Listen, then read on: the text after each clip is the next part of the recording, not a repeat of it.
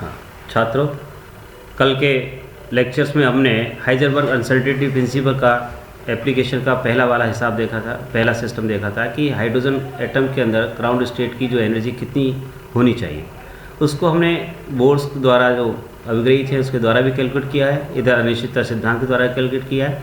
परिणाम दोनों में बिल्कुल जो तालमेल ये दर्शाता है कि हाइजेनबर्ग अनसर्टेनिटी प्रिंसिपल की वैधता को व्यक्त करता है।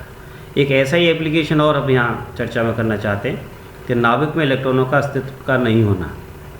जैसा कि कल भी मैंने आपको हल्का सा हिंट दिया था कि विद्युत विकिरण जब रेडियो एक्टिव किसी नाभिक से उत्पन्न होते हैं तो उसमें अल्फा बीटा गामा जो रेज होती हैं, तो बीटा कण जो होते हैं वो इलेक्ट्रॉन्स होते हैं।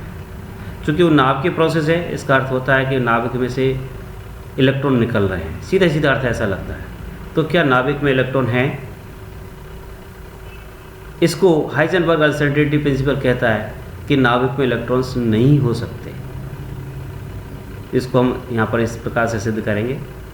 हम जानते हैं कि परमाणु में नाभिक की जो त्रिज्या है वो लगभग 5 फर्मी की कोटि की होती है। अगर ये मान भी लें 1% कि माना ये नाभिक में इलेक्ट्रॉन हैं, तो उसकी स्थिति में अनिश्चितता नाभिक की कोटि की तो होनी ही चाहिए कम से कम। नाभिक में वो इलेक्ट्रॉन कहीं भी हो सकता है। नाभिक का हम एक आकार मान लें, माना कोई गोलाकार आकार है, कोई मतलब एक तरह से, ठीक है।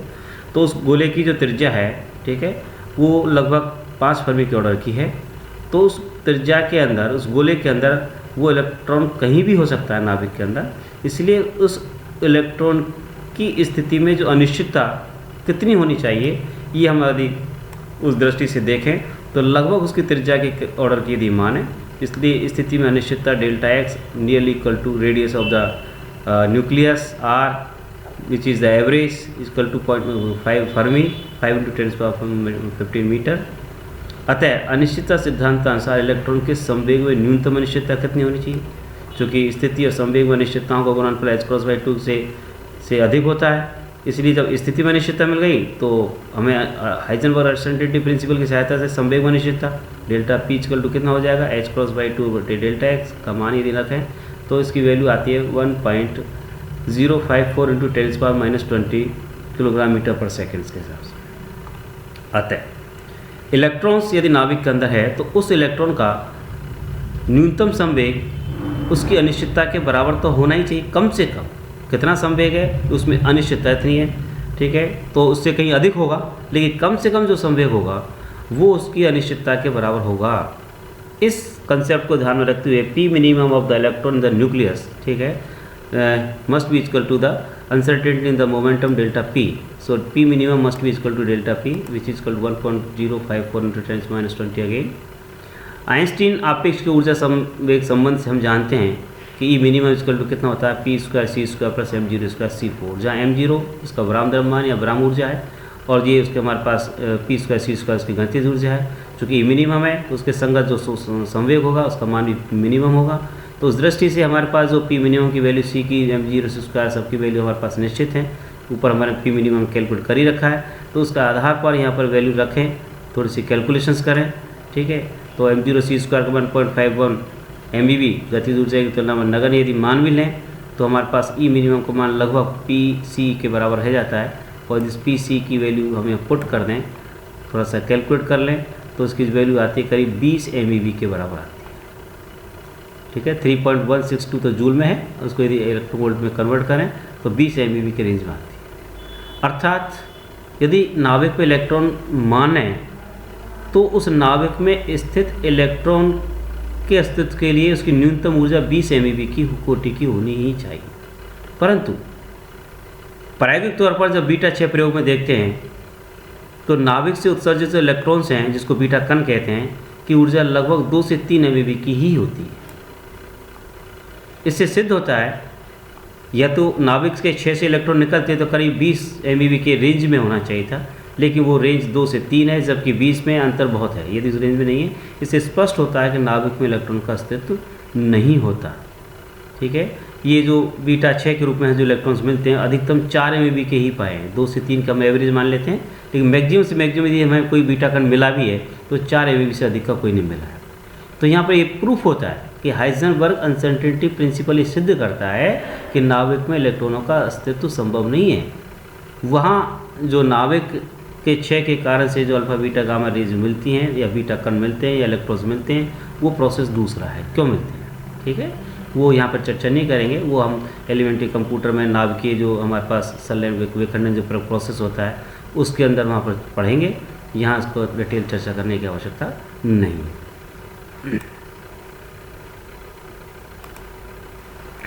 तीसरा, दो एप्लीकेशंस अपने हाइजेनबर्ग अनसर्टेनिटी प्रिंसिपल के देखे। तीसरा एप्लीकेशन देखते हैं, सरल आवर्ती दोलक की मूल अवस्था ऊर्जा। ये बहुत इम्पोर्टेंट एक तरह से टॉपिक है। हमने अभी तक ये पढ़ा है कि जो मूल अवस्था में सरल आवर्ती दोलक की ऊर्जा शून्य होती है। जब विराम अवस्था हो जाता है तो उसकी गतिज ऊर्जा, स्थित ऊर्जा पर सब जानते हैं, कुछ समय 0 का 0 पॉइंट हम ये मानते हैं। लेकिन हम क्वांटम मैकेनिक्स की दृष्टि से चेक करना चाहते हैं, देखना चाहते हैं कि वास्तव में जो उसकी विराम अवस्था होती है या उसकी जो मूल अवस्था होती है, ठीक है, या साम्य अवस्था होती है दोलक की, कुछ भी नाम सकते हैं, तो उस समय उसका ऊर्जा का मान कितना होगा।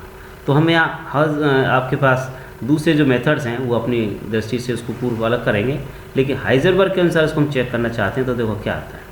हम सब जानते हैं कि स्मॉल m द्रव्यमान का यदि कोई कण x दिशा के अंदर सरल आवर्ती गति करता है या दोलन गति कर रहा है, आप सब जानते हैं, तो उसकी कुल ऊर्जा का मान गतिज ऊर्जा प्लस स्थित ऊर्जा के बराबर होता है। ऊर्जा गतिज कितने के बराबर होती है, हाफ mv² या p²/2m, दोनों एक ही चीज़ हैं। स्थित ऊर्जा हाफ kx², k का मान अपन जानते हैं, एक सरल आवर्ती गति के अंदर m⍵² होता है, इसलिए उसका मान हाफ m⍵² x² होता है। समीकरण नंबर 1 से इसको व्यक्त कर रहे हैं। यदि दोलित्र का आयाम स्मॉल a है तो कण की नवीन स्थिति में अनिश्चितता कितनी होगी।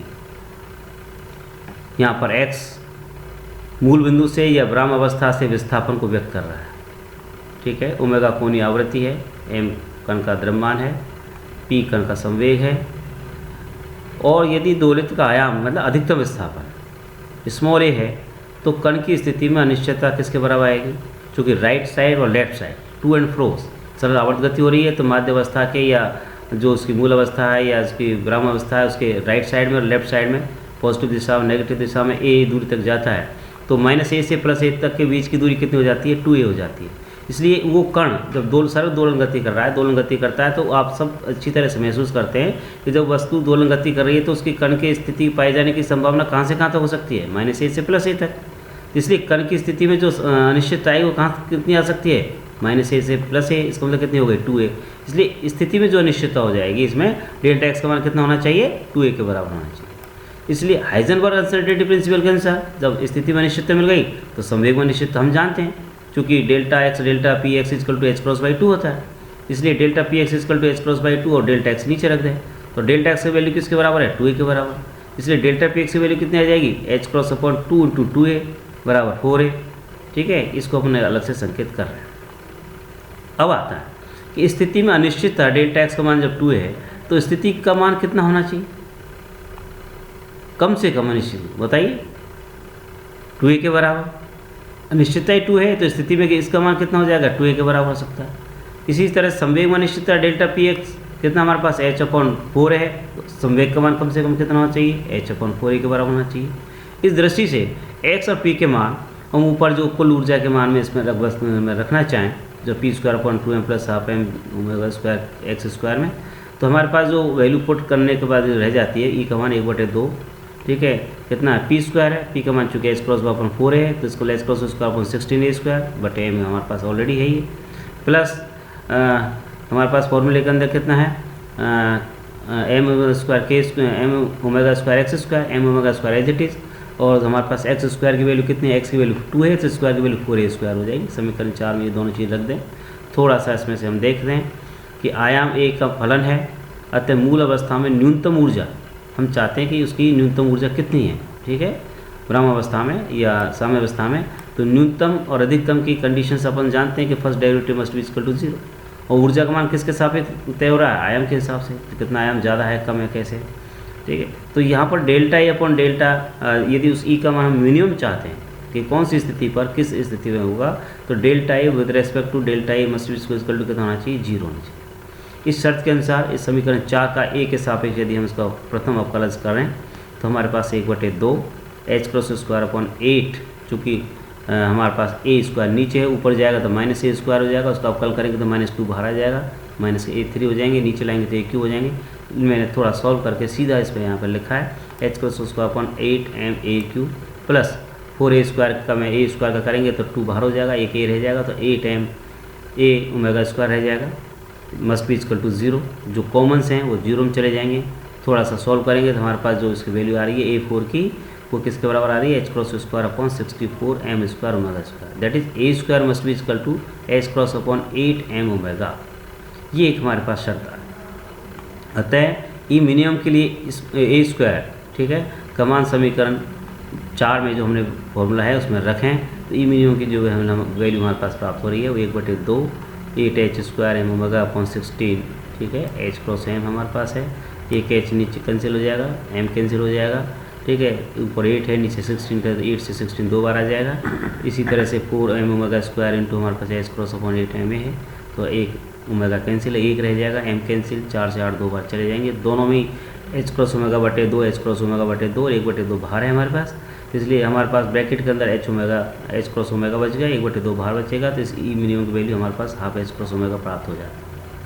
तो देखिए अभी तक हम क्लासिकल मैकेनिक्स के अंदर या चिरसम्मत रूप से जब सरल आवर्त गति की विवेचना करते थे, व्याख्या करते थे, तो इसमें ई मिनिमम की वैल्यू हमारे पास कितनी प्राप्त होती थी, 0 प्राप्त होती थी। विराम अवस्था में था, कोई स्थिति ऊर्जा भी नहीं है, क्योंकि स्थिति ऊर्जा हम उसके विराम अवस्था के सापेक्ष स्थिति के अनुसार प्राप्त करते हैं, x का मान 0 होता था, ठीक है, गति है नहीं है, इसलिए हम क्या वैल्यू को मान के चलते थे, इस मिनिमम की वैल्यू कितनी आती थी, 0 आती थी। लेकिन हाइजेनबर्ग अनसर्टेनिटी प्रिंसिपल की सहायता से इसी प्रॉब्लम्स को यदि हम उस दृष्टि से सॉल्व करें, देख रहे हैं, तो हमारे पास इसकी value half h cross omega आ रही है, ठीक है। तो एक विमीय सरावर्ती दोलक के लिए श्रोडिंगर समीकरण हल करने पर भी, और इसी प्रॉब्लम को यदि हम तरंग गति सिद्धांत के श्रोडिंगर समीकरण से या श्रोडिंगर पिक्चर की सहायता से इस सरावर्ती गति का यदि हम सॉल्यूशन कैलकुलेट करेंगे तो वहाँ पर भी हमारे पास इसकी जो वैल्यू आती है हाफ h क्रॉस ओमेगा ही आती है, ठीक है। और इसको शून्य बिंदु ऊर्जा के नाम से भी जानते हैं। किसके नाम से जानते हैं, 0 पॉइंट एनर्जी। क्यों कि एक तरह से पहले क्लासिकल में इसकी वैल्यू 0 आती थी, जबकि यहाँ पर एक्चुअली वैल्यू इसकी कितनी है हमारे पास, आज भी मिस नेम है, नाम तो इसका लिखा है वो 0 पॉइंट एनर्जी, इसलिए 0 ऐसा लगता है जिसमें कि इसकी जो एनर्जी है इस पॉइंट पर वो कितनी है, 0 है। इसलिए कई बार ये जीके में बड़ा क्वेश्चन, कॉम्पिटिटिव एग्जाम में भी ये क्वेश्चन पूछा जाता है कि आवर्ती दोलक की जो हमारे पास शून्य बिंदु ऊर्जा का मान होता है 0 होता है, कई बार ऑप्शन दिए जाते हैं। तो विशेष रूप से ध्यान रखें कि ये एक तरह से इम्पोर्टेंट है, अपवाद स्वरूप है कि यहाँ शून्य बिंदु ऊर्जा का मान 0 नहीं होता, बल्कि कितना होता है, हाफ h क्रॉस ओमेगा होता है, ठीक है। तो ये श्रोडिंगर पिक्चर की सहायता से या क्वांटम मैकेनिक्स के अंदर आगे हम देख रहे हैं तरंग प्रकृति के आधार पर यदि हम जो फिजिकल प्रॉब्लम्स को श्रोडिंगर पिक्चर की सहायता से सॉल्व करेंगे, वहाँ भी इसका रिजल्ट यही प्राप्त होता है, और यहाँ हाइजेनबर्ग अनसर्टेनिटी प्रिंसिपल की सहायता से रिजल्ट यही प्राप्त होता है। तो दोनों रिजल्ट्स का आपस में तालमेल होना, एक ही सेम रिजल्ट प्राप्त होना, इस बात का संकेत है, इस बात को प्रूफ करता है अगेन कि हमारा हाइजेनबर्ग अनिश्चितता सिद्धांत कैसा यहाँ पर वैलिड है, सत्य है। हाइजेनबर्ग ने जो बताई है कि अनिश्चितताएँ हैं, ठीक है, एक ही समय पर एक साथ 2 विहित संयुग्मी राशियों के मान यथार्थतापूर्वक ज्ञात नहीं किए जा सकते हैं, उसी की पुनरावृत्ति यहाँ पर इस बात का प्रमाण है। नेक्स्ट और लास्ट जो हमारे पास है वो चौथी जो हमारी एक तरह से एप्लीकेशंस के रूप में देखते हैं। आप जनरली जानते हैं वर्णक्रमीय रेखाओं का स्वाभाविक विस्तार।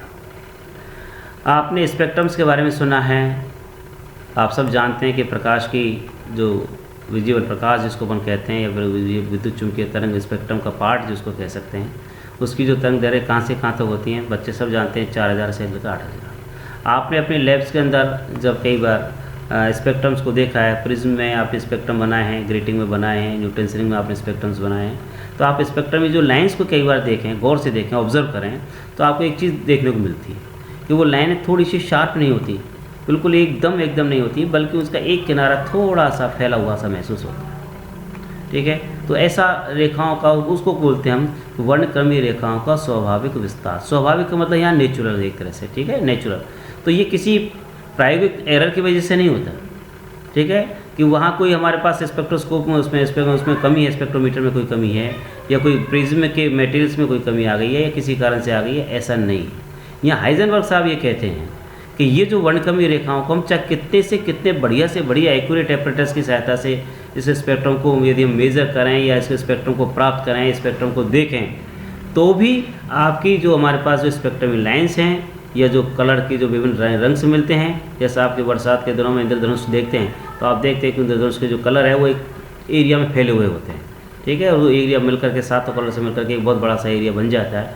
तो वो जो स्पेक्ट्रम लाइन्स हैं उसमें जो विस्तार है वो भी, उसका भी एक्सप्लेनेशन अपन हाइजेनबर्ग अनसर्टेनिटी प्रिंसिपल की सहायता से कर सकते हैं, जिसको अपन अगले लेक्चर्स में देखते हैं। Thank you.